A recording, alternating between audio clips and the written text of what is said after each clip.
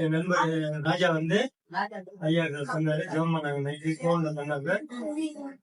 Phone பண்ணி சொன்னதை போயிட்டேன். அதனால ஐயா பண்ணது நல்லா வந்து நான் சின்ன வயசுல ஏசப்பா நண்பர். அவருக்கு சொல்லிதான் நண்பர்கள் எனக்கு ரொம்ப அதிகம் கம்மிதான். சின்ன வயசுல இருந்தே எங்க தைரியம் பண்ண ஐயா பண்ண நல்லா நல்லா வந்துட்டு இருப்போம்.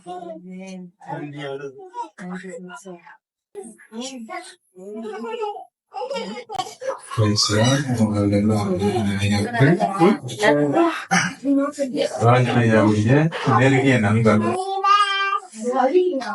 அவர் ஹாஸ்பிட்டல் அட்மிட் ஆகிருக்கும்போது ராஜனையாவுக்கு ஜெபிக்க சொன்னாங்க. பேர் சொல்லி ஹாஸ்பிட்டல் அறிவிக்கிறாங்க. என்னையா அவருடைய இருதயத்துல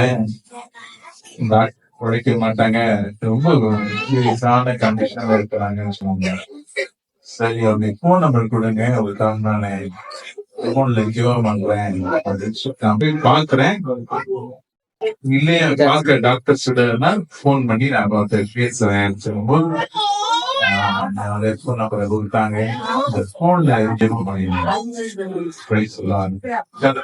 அந்த நாளிலே ஒரு பூர்ண விடுதலை கொடுத்து இந்த நாளிலே ஒரு சாட்சியாக தேவனுடைய சாட்சியாக சபையில வந்து அவர் சாட்சியை அறிவித்திருக்கிறார்.